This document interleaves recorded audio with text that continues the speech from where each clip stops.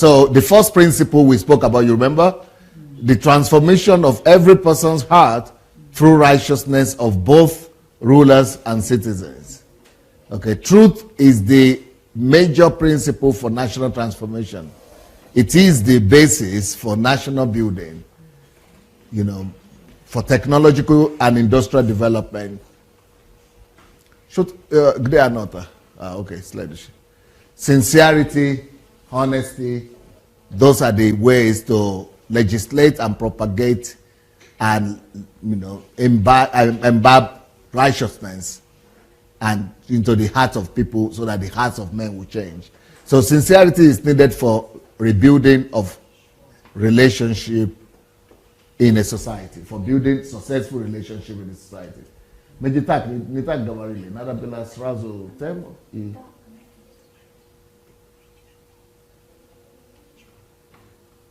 Votadaje is night, teta jitebea ya besti, tebe nada bila itapsio pafta no repetir over dota boston. Ani je ni monguz na yesterday ani in course.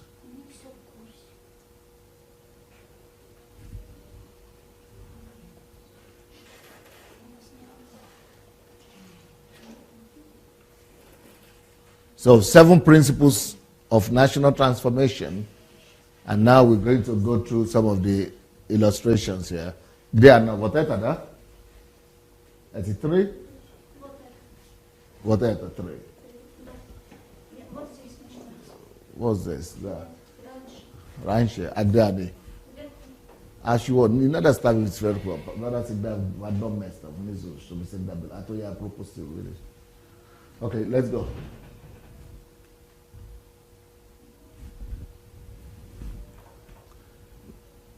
Zvuk. Unaladile zvuk. No, that's yeah, please. It was already on, just make it loud.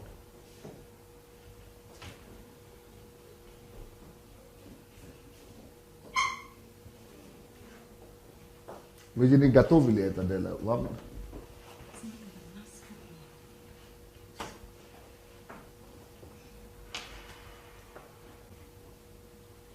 Sorry guys, especially those of you who are on Facebook.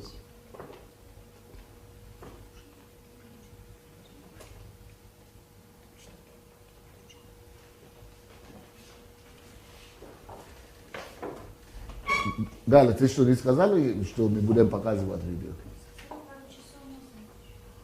А кому ты говорила? Кому?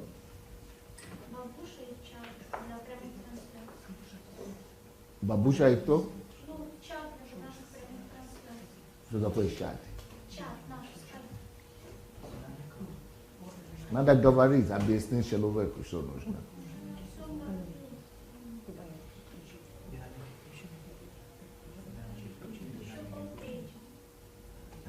Babusha, they said they told you, they informed you. Включено, там включено. It's all set up, it's all on, everything is on. So that's why it's not working, Babusha.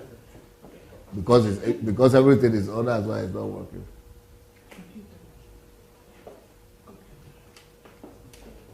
So that's everything is on, isn't it, Babusha?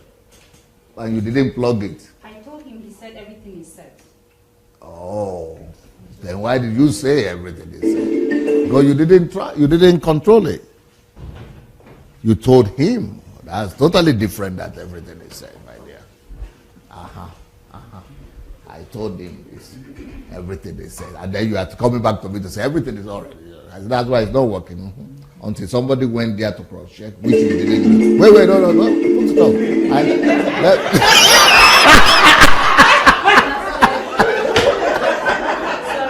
That is that's our own way of shutting me down. That's our own way of saying, shut up, Pastor. I understand. I know those tricks. That's like saying, what you are saying is not pleasant to my ears. If you don't want to shut up me, I'm going to shut you up. I know that's what she's saying. Because, you know, when children are trying to play the parents, they don't know that those parents, they were also children one time. Some of them have played those games before. So, But I'm not to correct you because, if you don't do what you need to do and you are making a mess before the whole world, then the whole world has to see who is responsible for the mess. I did my job. I was in court this morning and I gave you while I was in court, I was working. And in court, I got all the videos, gave it to you people, get ready from 3 o'clock, say from 1 o'clock, say, make sure everything is prepared. When it's not prepared, I'm not the only one going to take the responsibility. I'm going to expose who is behind that thing. Maybe it could help tomorrow. Because if I don't expose, then it's going to be repeated tomorrow. Yeah. So I always tell you, Babusha, that this, you're a good girl, but a good girl is not a profession. We need expertise here. The things need to work. You're also a beautiful girl, but beauty is not what we are buying here. We need the things to work. Okay? And I don't deny the fact that you have some tasty dresses, but that one is not benefiting me in this case. Let that one impress your boyfriend and husband, but the only thing that's going to impress me is for the things to work, okay? So I don't buy all the other things. All other things, you go and perform before the boys, but before me, only one thing matters, which means things must work when they need to work, okay? Okay. So now you can put all your noise. I have finished my own business. Only you have to reverse it so that I don't start all over again.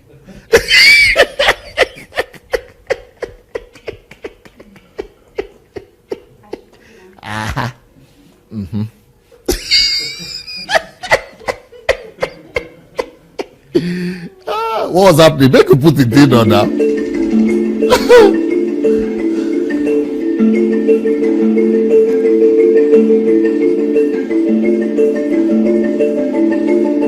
Stop. We'll be ready to reclaim, Prince Mabusha. Okay. So what is happening here is that we spoke about truth and honesty. Truth, honesty, and sincerity. Now, those are very critical. Pakazwa is a technology. So truth are critical. Truth, honesty, and sincerity are critical for technological and industrial development. If you see any society where there is industrialization or industrial development, technological development, or develop engineering, it is because truth has been what was the word? Legitimized in that society. Legislated. Truth has been legislated in that society.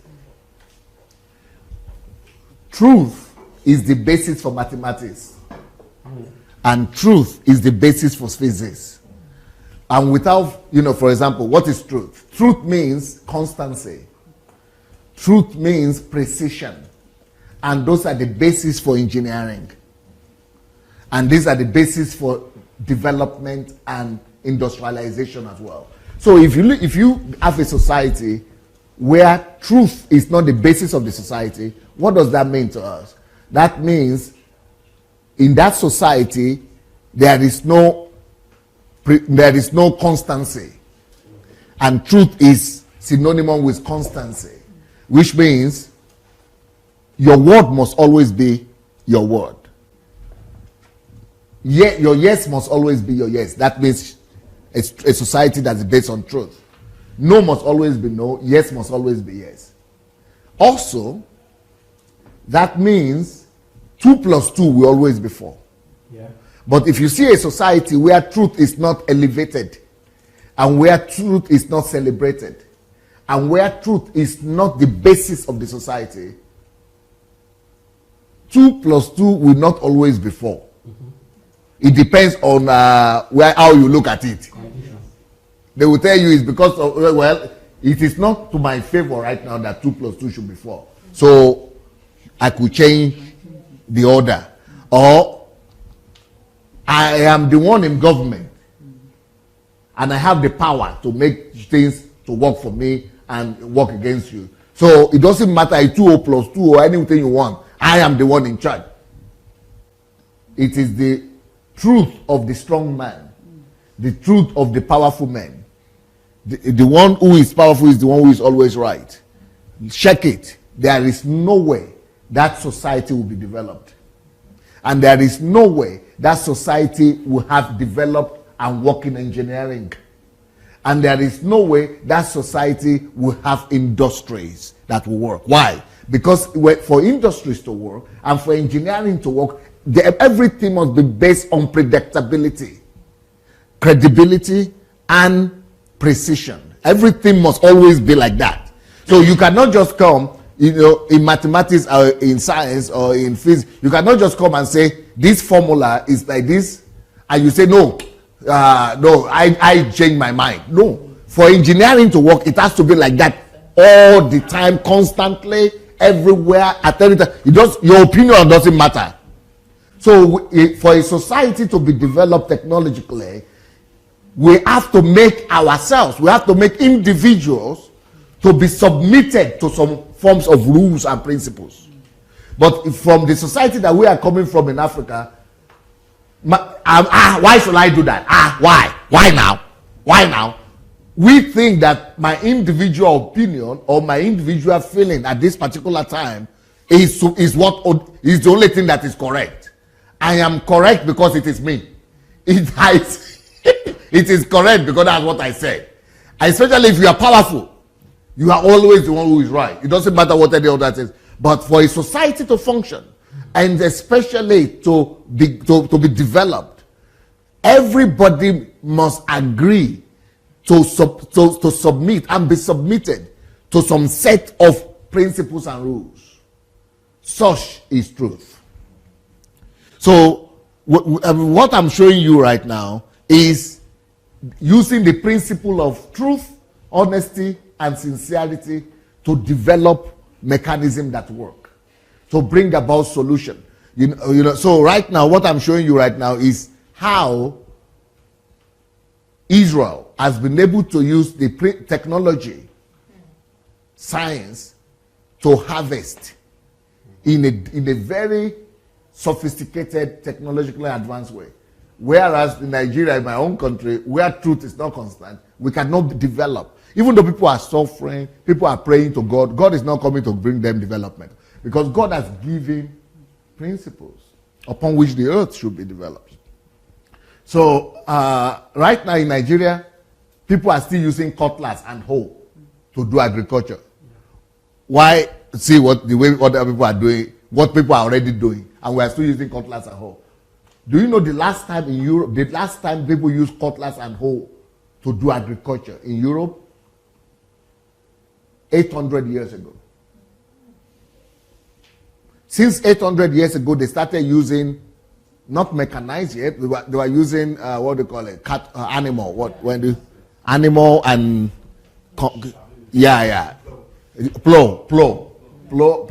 And plow had started even during the time of the Bible. And it has not even got into Nigeria up to that, or Africa up to today. But 800 years was the last time people ever used cutlass and hoe for agriculture. So when you show people here what is cutlass and hoe, they don't know what you are talking about. They think it's just for home weed something. They don't know it's for agri. Some people don't even know what it is. They don't recognize what instrument that is. That's where we're still at. Because if we will not, so for our society to go forward, you must see the importance of those principles I gave you yesterday. Truth, honesty, righteousness. They are important not just for heaven, to go to heaven. Because when you listen to religious people, the way they will talk to you, the reason why you need righteousness and truth and things, they would always be thinking it's about going to heaven, you see.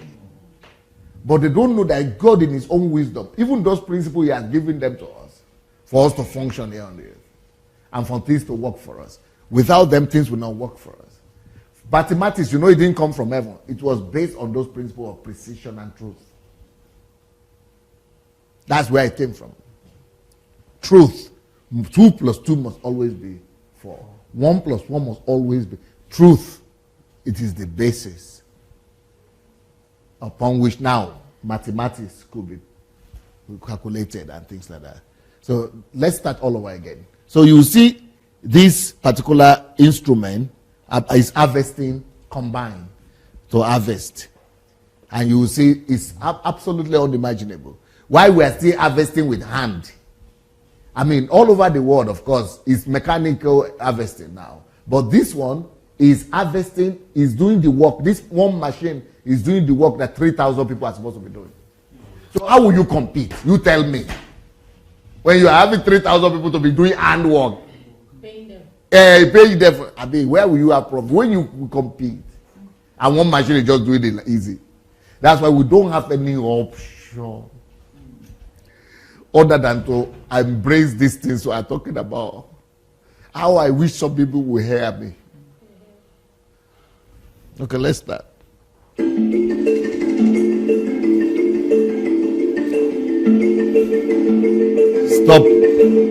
Stop. Nada, can we reduce the volume? Ni bude zvuka, da nitoka pishu, da?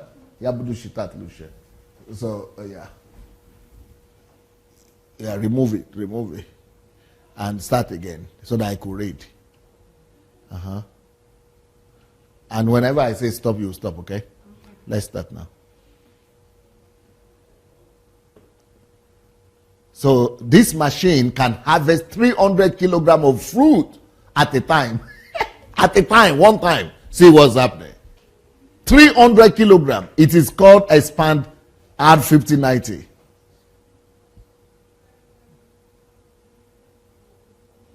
It's made by Pellenc. That's what mathematics does. That's the result of truth. It harvests olives, almonds, cherries, and more. 800 people are supposed to be working instead of this machine alone. The tarpaulin is made of PVC. It extends 11 meters automatically. Can you imagine 11 meters? Automatically. It shakes the tree. It covers the ground underneath the tree.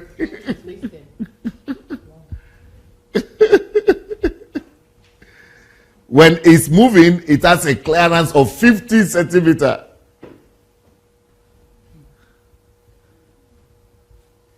No human being there, only the drivers. This allows it to deal with difficult terrain.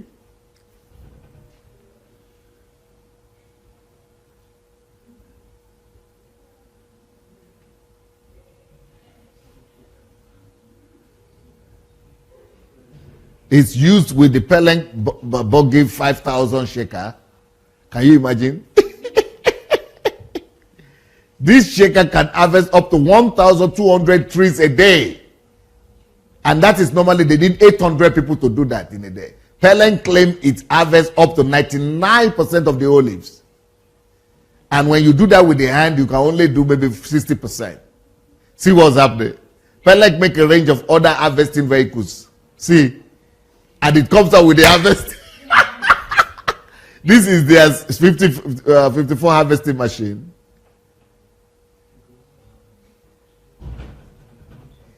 You just have to drive over the trees to harvest.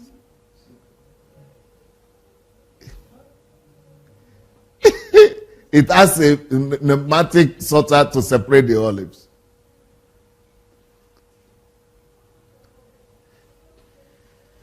They also make handheld tools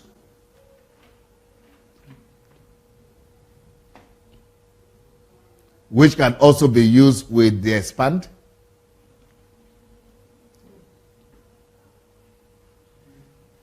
And in Africa, we used to climb the trees one by one and be plucking it. All of these products are available online.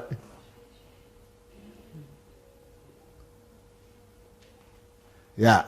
So, and this is another reason why I told you people about technology, about setting up research institutes. You remember we spoke about that? Yeah. That we should focus on setting up research institutes, and then all those agricultural colleges we have, all those technological colleges, you have to be giving them assignments. Like, don't just go to be doing classroom theory and be reading from textbook. No, the assignment should be better this thing. Those are the kind of assignment. We need 100 of these products from you, from this your college. Otherwise, we are going to close you down. We are going to close you down. Then we go to the computer industry. Then we go to the computer something. We need to produce the best, to compete with this one. Anything you want to do, we could do, including spying, the one we spoke about. If need be, do the needful. But you must have results. Don't just be going to gather students for nothing and be sending them up that they should be going to look for jobs. What rubbish is that? That used to be in the 200 years ago. We must be purposeful in education. There must be a reason why we are setting them up and why we want people to go to those schools and what they are going to get as a result. Education and everything must be purposeful. And everything must be geared towards development. That's why we spoke about that vision, that book. A visionless life is a meaningless life. Why is it that our lives is meaningless, our societies are meaningless? Because visionless. Our Nollywood must be given vision. They must be given assignments. Don't just produce films in their multitude for nothing. Tell me the value system that you are developing. Tell me what this particular film that you are producing right now, what value system is it propagating? So all these values, C7 that we are talking about now, for example, they must be in all those films. And so we know that through those films, people are thinking they are going through entertainment, but we know what we are getting through them. We know that we are developing truth. We know we are developing righteousness. We are developing honesty. Sincerity, for example. Then that is how we change the society at large. But right now, they are just pursuing entertainment for the sake of entertainment. What a waste. What a waste, my dear. Sometimes I don't even know, because it just, I've always said this thing that I begin to understand Solomon. I say that almost every week. I tell everybody, the way I understand Solomon, that there is so much sorrow in wisdom. When you know so much, and you see so much ignorance from people who are supposed to even be, that's supposed to be their profession. That's supposed to be their specialty. I'm just a poor pastor somewhere. I'm even not supposed to be a politician or something. But how come I know these things and you are getting paid full time? You go to school, you say you are called, you are police. You don't even have a clue on how to build a country. Can you imagine what the suffering in my own soul is? Can you imagine how my soul is aching? And I have to be quiet. And that's why I said I'm happy that at least I'm able to release some things now. So that at least some of us can at least know also. So that the suffering will not be my own only. Share the body with you. Share the suffering with you. So let's see another one here.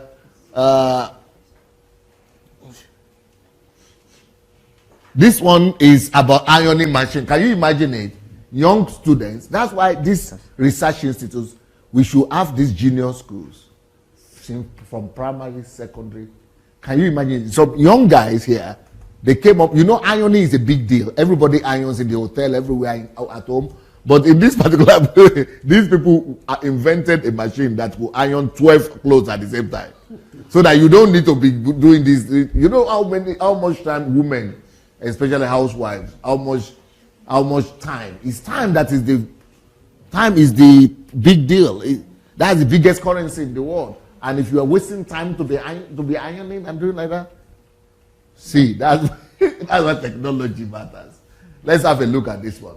Zvuk, yes? Kulushite Zvuk. Yeah, go ahead, please. It could be the answer to one of life's most pressing problems.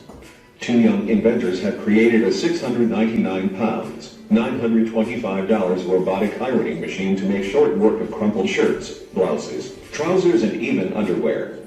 The device, named Effie, can dry and iron 12 separate pieces of clothing at once, which its inventors claim cuts ironing time by 95%. Wow. It gets items ready within 3 minutes, and has an app to alert you when your clothes are done. The device even has a scented ball compartment to add a smell of your choice to laundry. Effie. Just like before, people used to wash plates too. Before the plate washers, her dishwashers got ready. And then clothes too, people used to use hand to wash clothes too before the washing machine. And now, you see, we could also, what I would have liked to do is to set up those junior schools and research institutions and give assignment to our polytechnics, so that everything right now that is a challenge in the society or a time consumer or a waster, that we just give them assignments so that they will begin to look for the best solution that is going to look for solutions for improvement on it. That is how we could jumpstart our progress and compete with the world. But if there is no purposeful leadership that will be able to, see things ahead like that and put this assignment before men and before institutions, we're just going to be, running after catch up. We'll be playing catch up, or what do you call it? Is it catch up? Yeah, and we'll never catch up. Okay, continue. Has been designed by engineers Rowan Kandar and Trevor Kurth. Built in Mr. Kandar's family home in Pinner, North London, where Mr. Kandar lived until recently, the duo have made a fully working prototype, with a full version expected in spring 2018. Mr. Kandar explained that he intended to take the pain out of ironing, a chore he admits his mother has often done for him. And he would not dream of asking his busy wife, who is a full-time doctor, to take on the chore. To iron a shirt, you first hang it up in the machine's cabinet on adjustable hangers. The doors close, and then an internal steam iron presses the shirt, taking out any creases. The machine's name is a geeky play on words. It derives from Fe, the name in the periodic table for the metal iron. It measures 128 centimeters high, 80 centimeters wide, and 40 centimeters deep. While the device may have been invented in a garage, the pair are far from amateur inventors. Both Mr. Kandar, who studied engineering at Cambridge University, and Mr. Kurth, originally from the U.S., whose engineering degree was from the University of California at San Diego, have a background in designing and developing medical devices. The pair created the machine out of 141 parts. They used 3D printers, acrylic laser cutting and plastic molding machines to create it, and have already applied for a patent. They promise that it can cut the amount of time ironing down by 95%. Underwear can be hung in a bag inside to be dried, and a scented ball can be added to the steam tank. Mr. Kandar, who recently got married and only just moved out of his parents' home, said, "Like absolutely everyone, our mothers ironed for us at some point. I got married recently and realized how much my mother did for me. I now have to do my own ironing. I don't entertain the idea of my wife, Pale, doing the ironing. She's a doctor and she has more than enough to be getting on with without doing my ironing. The idea of the device is to save time and effort. The idea of the device is to be for ironing what the washing machine is for washing clothes. Nobody likes doing it, no matter what they say. The point of this device is to take away the pain. That's what we are trying to do." Excellent. Excellent. Can you imagine when you now convert institutions and What's polytechnic. up, everybody? So ever since I got this watch system, I got Véclus, few inquiries about how Babusha. By the time I'm done with you, you will run away from this conference, from this HMT. So, вообще-то Галина, тебе же надо быть там рядом, чтобы помогать, а то ты сидишь там где-то далеко. Надо принести твое студент туда и помогать следующим. So can you imagine when this is now purposeful? You see, in the West, people can afford to just leave things out chaotically. Let somebody from California somewhere come up with some ideas. Let another one from somewhere come up with something. But in our own case, we are so backward, and we are so pathetically lost that somebody must help us with direction. Not just leave everything for chaos, until somebody somehow comes up by himself by chance. We must be purposeful about development. We must be purposeful about civilization. Okay, so the next place where we are, so truth is responsible for technological and industrial development. This is what I just proved to you, right? So it's the major principle for national transformation, is the basis for national building. So, so a nation needs a permanent group of people. You see, that's what we spoke about yesterday. A nation needs a permanent group of people working to find and give foresight to the nation. How do you people like the idea of foresight yesterday? I want you to remind you about the fact that that is one of the 7 pillars and the keys to national transformation. So in Nigeria or Africa, if we are to jumpstart our growth and development, we will need to have that group of people. And, we will need special group of people, special research institutions. We need to just have colonies of experts and professionals working to, like I said, research institute, junior schools, to come up with competitive innovations to launch us into the next. At least we should give them assignment to look at producing things that will make the country, position the country for the next 200 years at least for the next 2 centuries. Then we are talking about being a relevant country and continent. So here we go. Let's start showing the Vika, in someone else's future.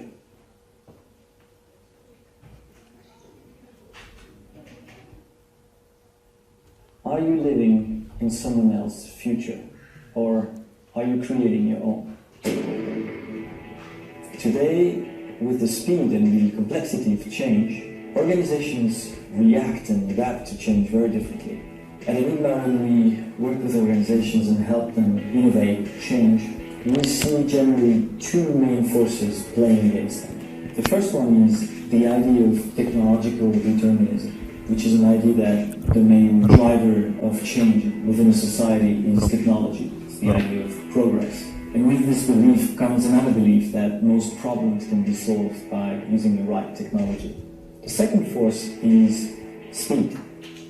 Too much change, not enough time. And because organizations are structured and organized in a way that they thrive in predictable environments, large markets of very average consumers, they do not necessarily have the right tools to deal with the complexity and define and address complex problems that they face today.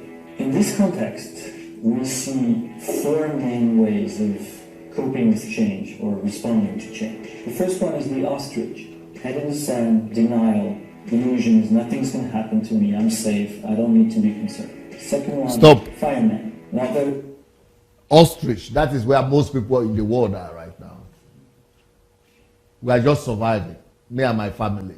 We are alive, we are eating, we have food to eat.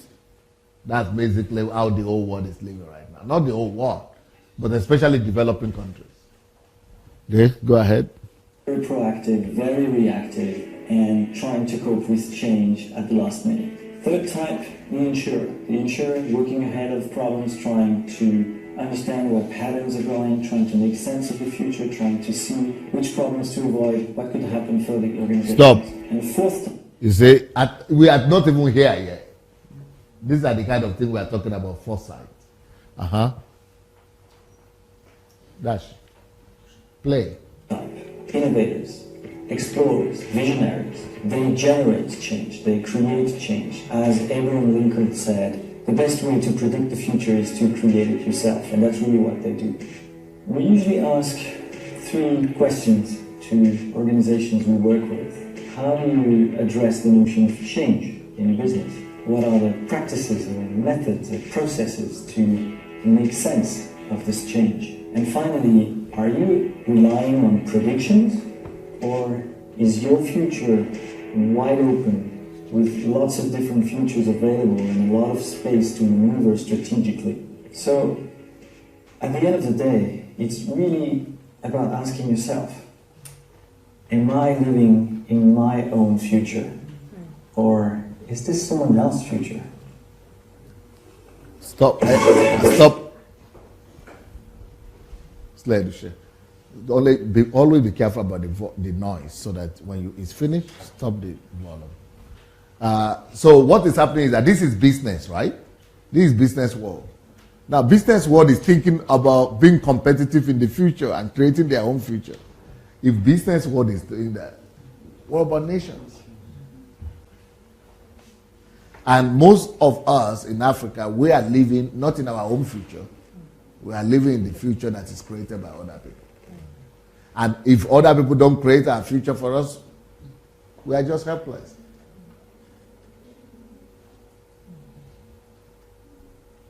But I come from this world. I am born to belong to this people. And that's why at least this must change in my own lifetime. If I don't change it, at least I must give the secrets to change it to the next generation. We must not allow our children and children's children to live like the way people went before us and never taught us these things. And I don't want to even talk about church, because church is a big disappointment. They don't even touch these things. I mean, if you see what people do in church, they are talking about air conditioning or buying something, carpet or some rope for the choir, some microphone, We are talking about creating the future. They will even tell you Jesus is coming next year, so you better forget about it and do and do. So, whereas God is saying, let thy kingdom come. It's about creating heaven on earth. It's about creating life here to resemble and duplicate and replicate the kingdom of heaven. And these are the people doing it. Unbelievers are doing it. Unbelievers are showing us how it is to become a son. They are showing us sonship. And we are the ones who are supposed to raise sons. So this one we are going to have here is an example of, you remember I spoke about research institutes? Yeah. So this one I'm going to show you now is an example of a research institute. Can you believe it? They set up a research institute to research into smart cities. You remember we showed in the last HMT smart cities. So smart cities, these are the kind, all the cities in the world in the next 200 years are going to become smart cities alone. We don't even have analog cities right now. So smart city, that is what research institutes are for. Let's have a look at this. And we should have this kind of institute, like 200 of them in my country.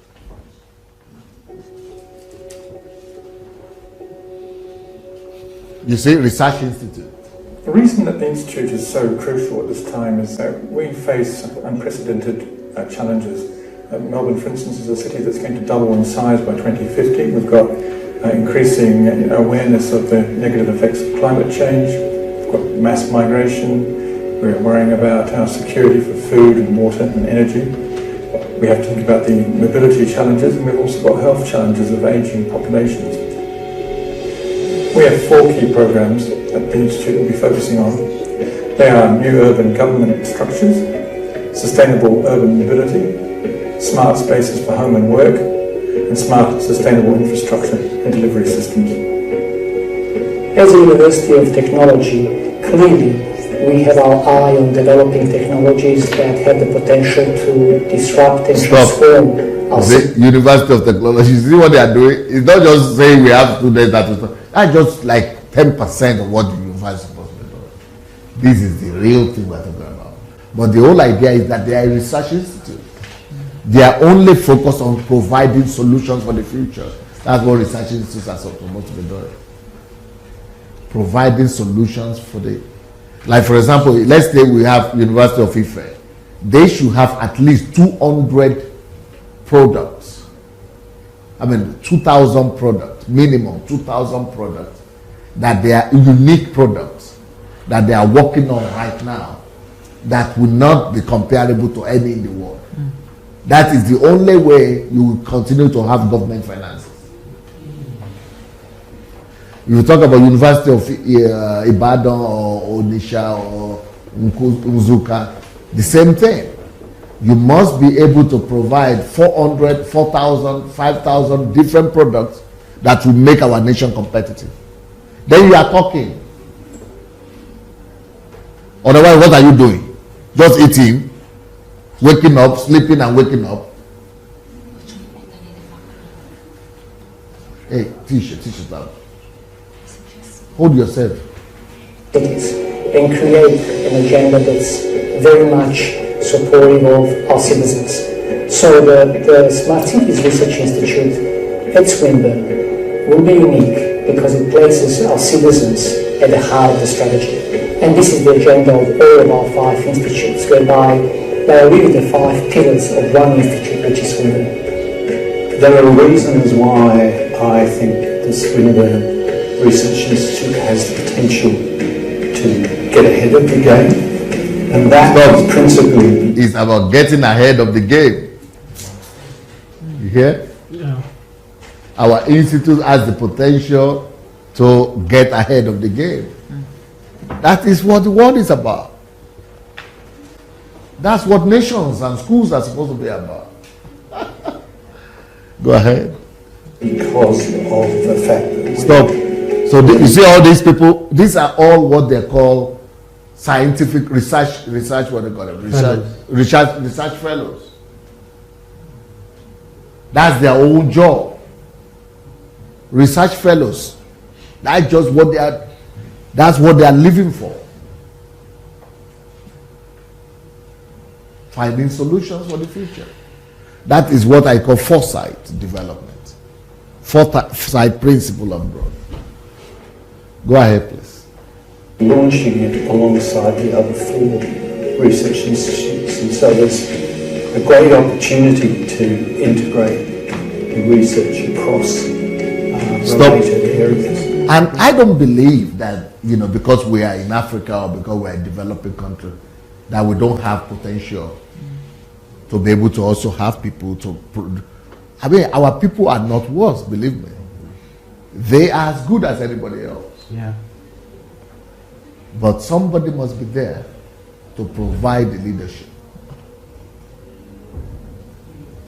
We must place the target before people. We must give them forecast. We must provide them with the assignment. We must apply the principle of foresight in national development. Dash. It's really important for smart cities research to be led out of Melbourne today because we have this incredible asset of students, researchers, academics in our city who are citizens themselves and can connect the challenges we need to solve for Melbourne, whether it be related to safety or congestion or environmental challenges, and to apply the knowledge, the skills, the capabilities we have to create the solutions of the future and to inform IP patents and to inform new businesses that might be starting up on the back of this work. So smart cities are those which understand the importance of behavioral change as a key lever to different outcomes. And that's because at the end of the day, cities are all about people. They're all about the experience that you feel in the city. Our institute will focus on defining the smart citizen to help create and run the smart city. In short, we will be playing our part. That's a whole institute that says their own vision is to develop smart citizens. More like Pastor Boss and my wife came to talk to you about today. Civilized people. Not just building civilized society. Or what did she call her message? Developing civilized? Huh? Person, yeah. Person, yeah. So developing and civilized people to be able to build civilized nation. So that's exactly what they are also talking about. And believe me, I never saw this thing until today. So I just, came up with the idea today to give you some illustration. So I started looking for these things. I have an assistant that is, looking for them. Just to confirm my teachings. Not because I've seen them and I came up with the teaching, no. These are just illustrations for the teachings. It's a lady that is there that is looking for them. So I've never seen these things up to now. So, but I know the principles, you see. I know that's exactly what it is. And I'm always happy that there are confirmation to my words out there somehow. Okay, go ahead. Part in ensuring that Australia, home to some of the world's most livable cities, will be recognised for being home to the world's most smartest smart cities.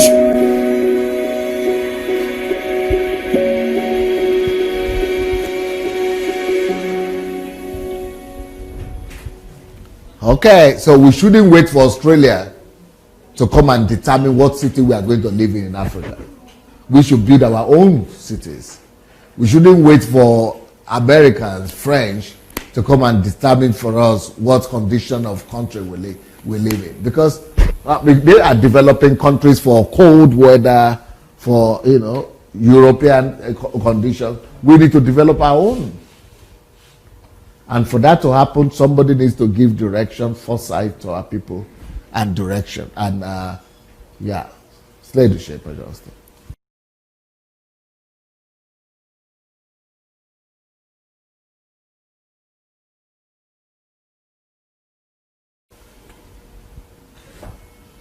So, and then,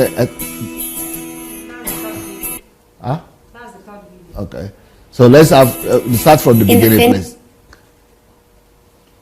So here, you remember I spoke about schools?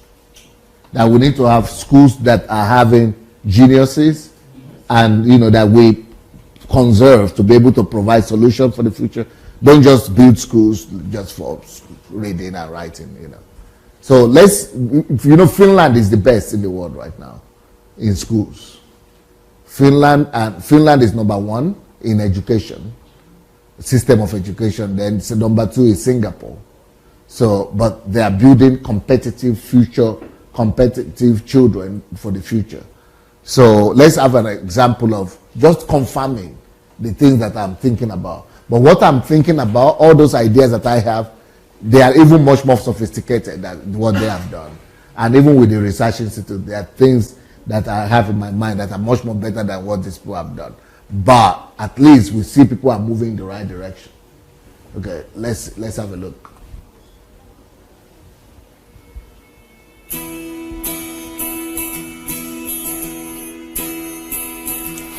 In the Finnish comprehensive school, our teaching and learning objectives are given in the national curriculum, but the actual teaching in the classroom is designed by us, the teachers. So we look at the group that we are teaching and we decide what is the best way to work with them and to keep it varied and interesting and really suitable to that group. So we have the freedom to use our expertise in the classroom. We teachers, we try to support the students to do creative group works so they can do their own innovations, plus when they have something to ask. This is primary school, secondary school. They are talking of innovations.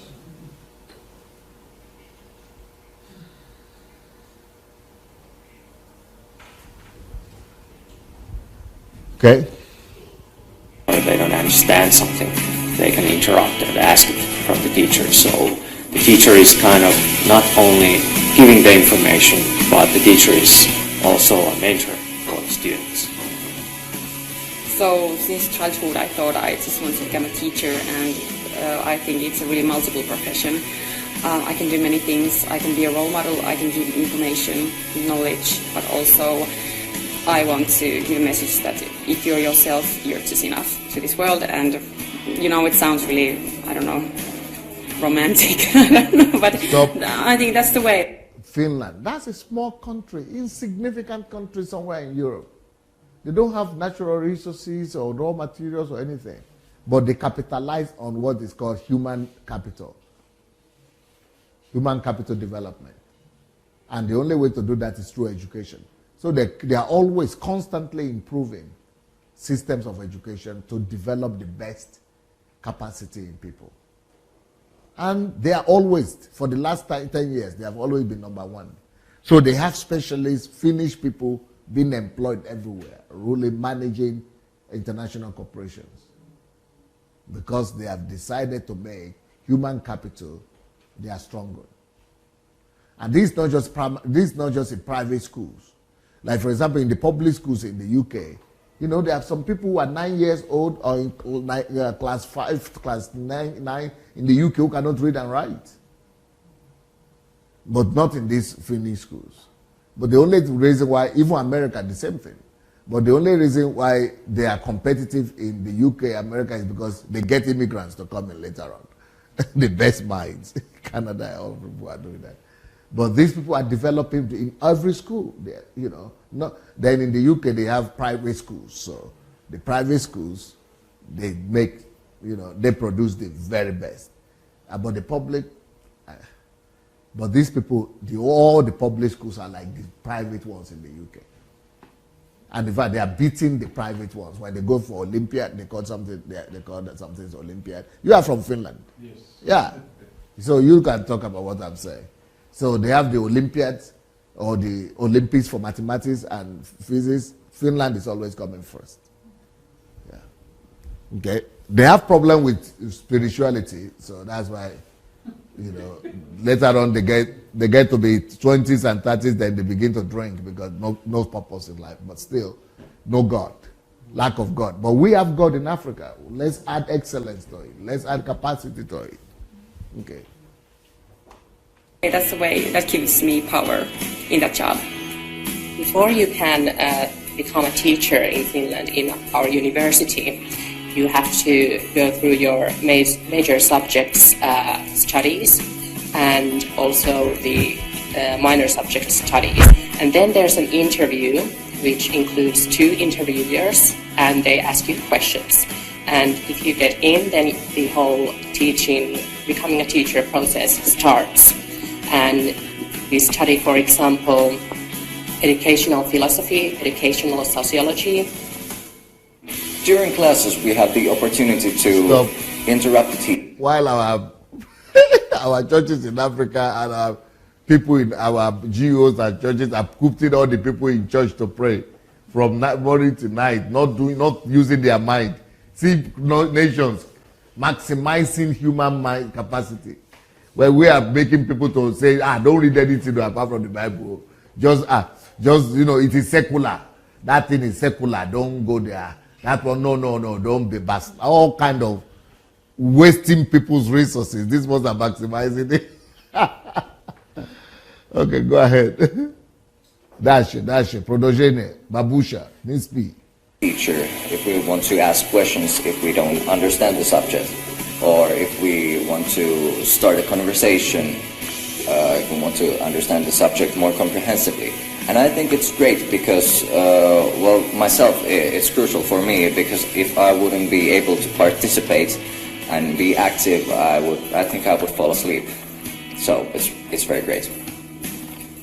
It's very good to have the breaks in between to help everyone concentrate on the next subject and learn better. Well, I like the breaks really much because I can get my mind off the studying for a while, and then I can concentrate better in the next class. And you must know that that country, they don't speak English there. That's not their language. But because of the educational system, you almost think they're English-speaking country. And almost everybody is speaking English. And their language is so difficult. It's one of the most difficult languages in the world. But they're trying. Okay, so let's continue. A nation needs a permanent group of people working to find and give foresight to the nation. So that's what we have spoken about.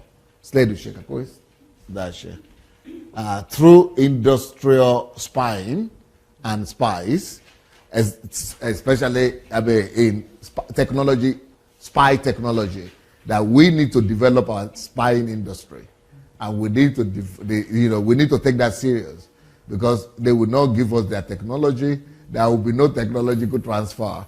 It's a mirage. No transfer of know-hows. We will need to put things in place. And I would like you people to know that it is normal. All countries, developed countries, have spies. All of them have a part of their budget just devoted to spying and stealing from each other. So we shouldn't say, we should say this is illegitimate or something. They're all doing it. And I want to prove that to you, so that you don't say Pastor Sunday is bringing some crooked things. Like I said yesterday, I saw it in the Bible. I'm just copying God. God started with the 12 spies. And if he could have spies, am I more holy than God? No, leave me alone, Joe. I would rather be like God. If spying for him is not too holy to do, it's not. So it's not too holy for him to do spying. It's not too holy for me to. Let's have an idea of a spying story here. That and look at this country, Israel. I mean, it's just a country that is just 1948 it was given birth to. And industrially, I mean, they are like on top of the world. And they are spying like crazy. Israel, bad news. They have secret service. Yeah, that's very developed. And that's why, one of the best in the world. And spying is one of their main profession. Yeah, so let's have a look.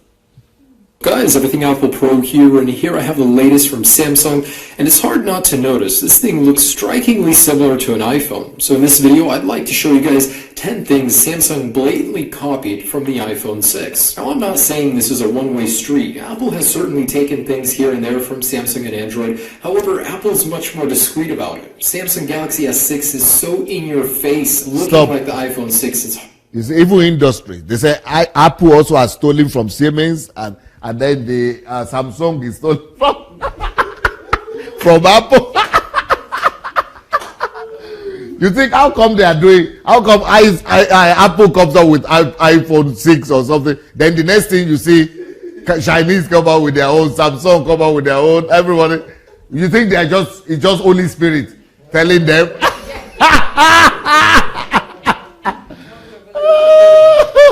No. It is called industrial spying. Industrial spying. That's how they cash up. And you are the one paying for it. Because you are the one buying all those products. Yeah, go ahead. Hard to believe. First thing you'll notice the Galaxy S6 copied is the build. The materials are now glass and aluminium. The aesthetics pulled from the iPhone 4. Hey, Galaxy. 2010 called and they want their design back. Every Galaxy before the S6 was made of plastic. Suddenly Samsung decided to build it out of the same materials the iPhone 4 and every iPhone after that was made of. Next is design and the curved edge. When Apple initially announced the iPhone 6, they said that the curved edge helped you swipe back and it was a very beautiful design. Well, next thing you know, Samsung releases a Galaxy with a very similar design, and it's more noticeable on the standard Galaxy, not the Galaxy Edge. And the Galaxy Edge, the display, that's something unique. Apple hasn't had that before. Next is the orientation of the volume rocker speaker and the volume button. So first off, the speaker looks very similar. They moved the jack down below to where it is on the iPhone. The actual volume button has been split in two. It was a one single button before, so it looks extremely similar. Overall, all of these have been rearranged to look just like an iPhone. The design similarities cross into things as small as the antenna bands. They look just like the ones from the iPhone, as well as the SIM card tray. I mean, something so small was even copied. Samsung even decided to iPhoneify the storage and the battery. You can no longer replace either one of these, and you have to pay in increments if you want to get more storage, just like the iPhone. Now, there will be a version of the S6 where you can do this, but the standard S6 and S6 Edge have almost the same memory options as the iPhone and no longer a user-replaceable battery. Ah, yes, Samsung, tighten your grip. Make these people feel like they own an Apple device. I mean, this world needs less customization. Who wants to be able to do this? In the previous Galaxy S5, you had to slide down to use that fingerprint sensor. Well, just like the iPhone, the new Galaxy S6 adds functionality where you can just press down and it works just like an iPhone. The similarities on the fingerprint sensor don't stop there. In the actual software side, when you're registering your fingerprint, like the iOS, the fingerprint symbol starts growing the more you press it. I mean, it's just so obvious they copied all of this from Apple. Apple has seen some major success with their Apple Pay system. Well, Samsung wanted to get a piece of that pie, and they created Samsung Pay. It even sounds similar. Well, first off, it does everything that Apple Pay can. It doesn't come out for a while yet, so I can't actually show you guys, but pretty much an exact copy of Apple Pay. Now, here's one that really stood out to me. Look how hard Samsung tried to replicate the Apple iOS keyboard in their TouchWiz user interface. It looks so similar. In fact, the Galaxy S5 keyboard looks very much different from the S6. It's like the engineers working on it were put to the task to make it as similar to the iPhone 6 without making it too obvious. I don't think I could forgive Samsung for this one. I mean, it's just too much. Now let's back up to the iPhone 5S. Apple, out of these two companies, was the first one to sell a gold iPhone. Samsung, seeing the success and the demand for the gold iPhone, decided to make their own version with the S5, and now that carries over to the S6. And that gold option was first available for Apple. Even as something as basic as the headphones, Samsung decided, hey, Apple's were better, so let's just make ours look like theirs. I mean, take a look at the similarities. It's hard to say they're not similar. They look just like the Apple EarPods. So that's just about it. Those are 10 things Samsung stole or copied from Apple, whatever you want to call it. So some of you guys may ask, doesn't Samsung get sued for this? And the answer is yes. Apple files lawsuits. It wins them very often against Samsung. And the way it works is they actually countersue Apple when they get sued, so it delays the court by quite a while. And in that time, they can sell so many of their copied products that it doesn't even matter that they're getting sued. Hope you guys enjoyed this video. I had a lot of fun making it. It's really interesting that a company so big as Samsung would resort to copying Apple. Anyways, have a great day, guys. Peace. That's just the way the world works. Just for an example for you. By the way, if any one of you, I told you about the intensity of our program, but if any one of you will have health issues, if you have health challenges or health issues, just tell people, tell our administrators, all right? So that they will make you, not to go through all the complex issues or assignments like every other person. So if you have health challenges, you don't need to go through everything. Just let people know, okay? All right. I think it's time for break, right? Is it up? Not yet. Not yet. Okay. Let's do another one. So this one, wait. This is the, I spoke to you about Israel. Yeah, that's the one they were supposed to show, but this is the one they will show now. Mossad. One of their main operations is spying. Spying is a big thing for them. And that's why they are ahead of the world. Yeah, let's go ahead. Okay. They are not talking here, right? So let's reduce it. Let me read it. Let's start all over again. So this video is part of an effort to get It's part of an effort to get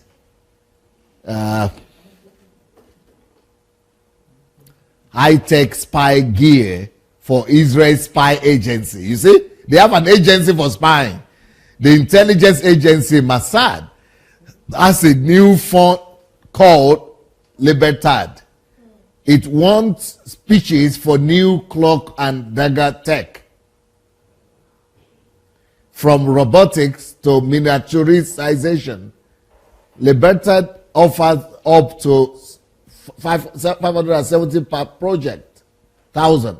Inventors can even resell their technology to others. The fund will support visionary entrepreneurs. That is Mossad doing this, not the universities. Oh, he's talking now. Let's hear what he's talking. Go back. This is the director of the Mossad. Let's hear what they're saying. Go back a little bit also. Yeah.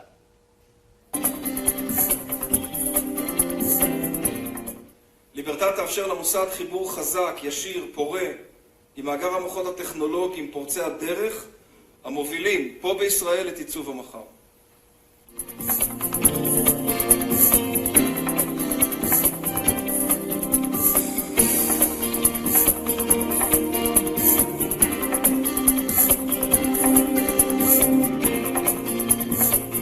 Stop. So why should Mossad, an intelligence agency, a spy agency, be looking for entrepreneurs? Because they want to be ahead of the world. It's not even left for universities alone. Secret service. Why secret service? Because they are going to be stealing from everywhere to be ahead of the rest of the world. Go ahead.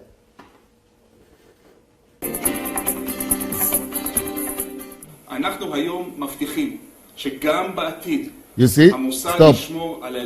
Today we guarantee that in the future the Mossad will maintain its, you see, they are talking about the future and they are already building it today.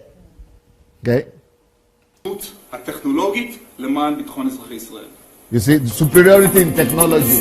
That's what they want to get. Mossad, secret agency, want to get superiority in technology. Because that is, you know, we should wake up. Go ahead. Stop. Go back a little bit. Reduce the volume because it's not talking now. Yeah, so let's, yeah. הטכנולוגית למען ביטחון אזרחי ישראל.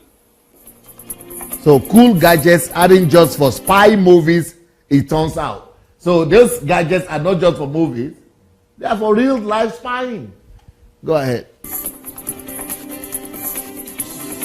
They really can help keep millions of people safe. Well,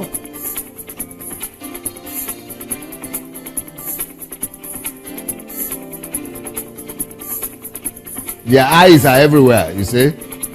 Technology is cryptotechnical everywhere. And they started a whole movement just for this. You know, doing microscopic technological spying devices. And they are looking for businessmen to develop these small spying devices. To be microscopic, the undetected, and sell them, make money out of them. So I just thought that I should, let's put on the light. I just thought that I should give you people some illustrations of what we were talking about yesterday.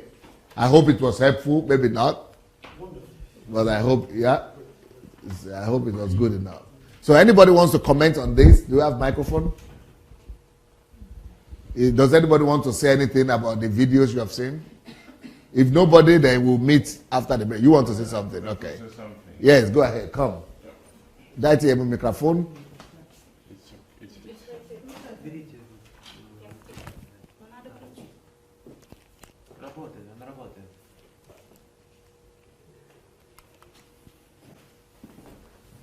Оно же красное показывает.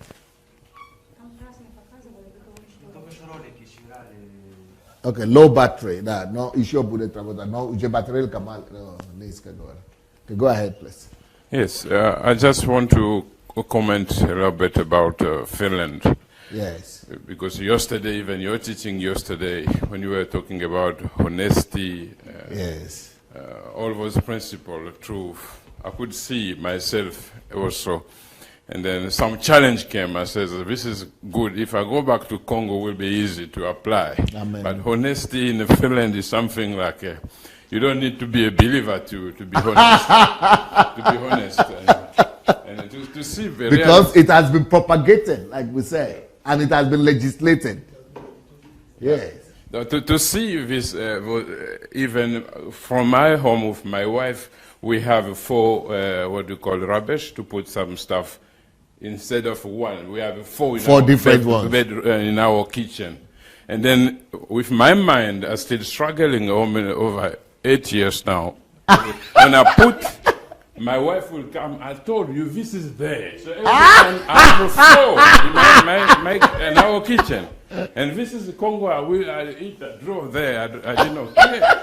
And now I'm struggling, and my wife is very, very serious for that. She's a white lady? Yes, very serious. That's number one. So because it has been put in a mind, so subconscious. It's like plastic, it goes the place of paper is it's a problem. Like you have done a big sin. Yes, that's a reality for my life every day. And then, so I learned a lot. And then another one is, if you, in a place we are living, or most of area before, a lot of refugee or people from Africa, we came. But still, even the place I'm living, you lose your phone, or you fail, or this somewhere. Your idea is when you realize it, even one day later, you said, I have to go to a police to check. Okay. And then you have a chance to find with your stuff inside. I said to my wife, are we in heaven or what? I cannot believe it in the Congo, or I live in South Africa. Even after that, your own house, every time you have to make sure you lock it. Your own car, you are going to the shop, you have to make sure that your car is locked. But in Finland, you leave your house open. I mean, it blew my mind. I said, no. Your car's open. Yeah. You don't lock your house. You don't lock your car. You don't need to be afraid you lose your bag or you lose your purse. Everything you will find them. Just go to the police that you lost this. Everything will be there. Are we living in heaven or what? Wow. Honesty, truth and honesty, righteousness. So it's a blessing for me to have your speech or your teaching, because I've been following you already two years ago.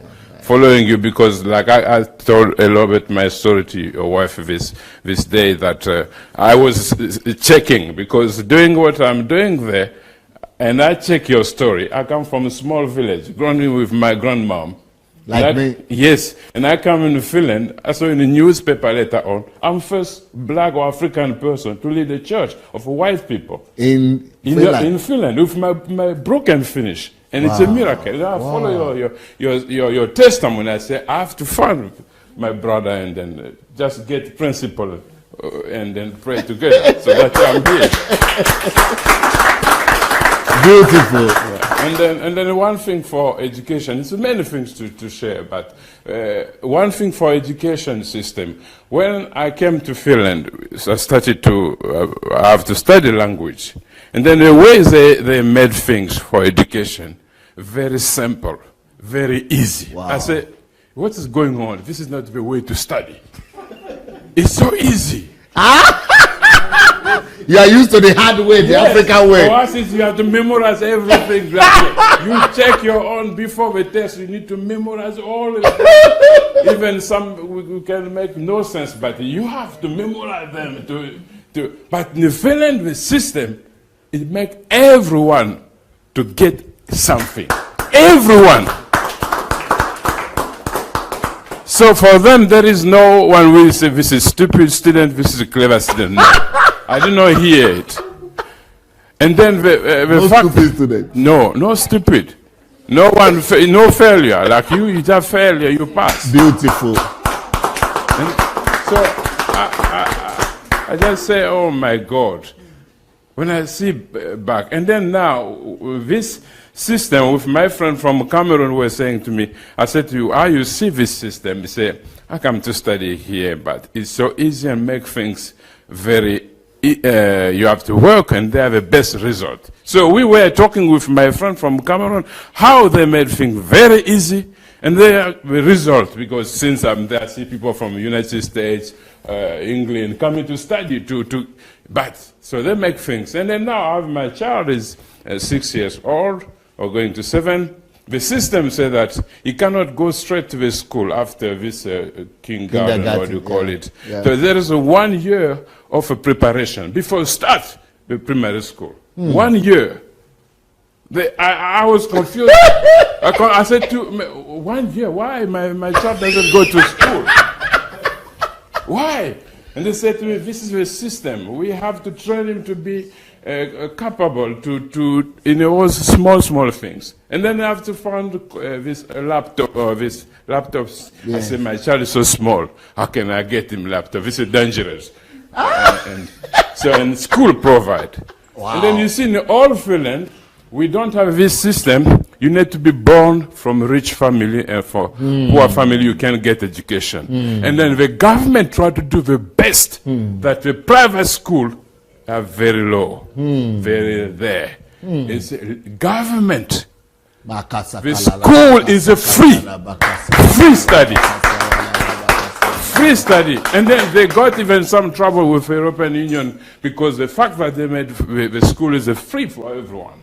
And the other countries in Europe, why to be free?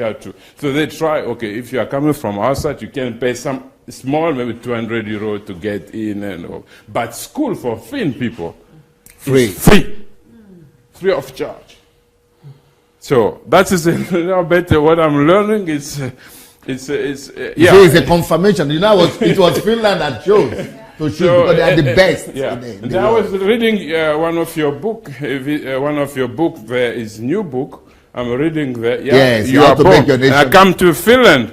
This Somalian Fado from Somalia, a lady who studied nurse and back home, went back home, became president. And I could see myself how Finland is helping me, even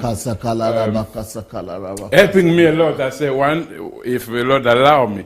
So go back and make Africa like that. What I will that's why your teaching here is I'm seeing two faces. I have two background. I say, how long I will be in Finland and what I will do in Congo. And then to finish, this is my dream, because when you talk about your plan to go back to Nigeria, I saw the transformation. I saw something. Amen. Even I heard a lot of preaching. I come from Africa. I live there. When I heard your preaching, and then sometimes I got to trouble. I say, because Mas Manera has been my first hero. When I got books from Mas Manera, I read. And when I went, I heard that he passed away. He went to the Lord. I said, oh, we lost our black picture, our hero. And then one day I went to bookstore in Belgium. And I said to my wife, let's go, because I realized that I need to, like Mas Mero used to say, get good books and more values. Borrow from others. So I found the Kingdom Driving Life. I said, Sunday Adelaja. Black man. In Belgium? In Belgium. Sunday Adelaja. Wow. Kingdom. So I'm so addicted to hear kingdom. So I have to catch it. Like Vice Moreau, eh? Yes. So, and I began to read. I saw a place to say that we have made the church become like exile. We run away from problem. And I came to my church. I was preaching. I found really connect. And then I talked to you about my church. And one of your books there is one of the best in Finland. There it's my picture. Because when people talk about most of African people, we came just to mess up values. And then most of pastors we talk, they say, is no anyone good from Africa. Always I have Sunday Adelaja. This is my model. So I say this is good. Sorry, that was my...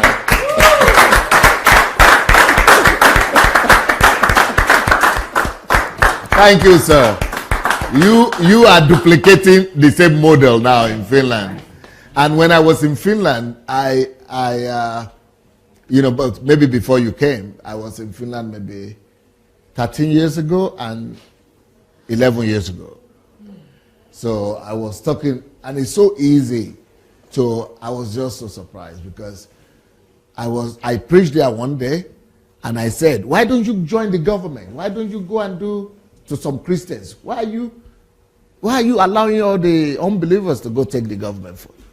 And one guy was there who is a Muslim. He came to listen to me because he was a black guy in Russia. So he came. By the time I went there 2 years later, I said, I did what you said. I went to join the city council government, and I'm in the politics now. So easy. And he was a refugee. Everything is possible because people don't teach you to do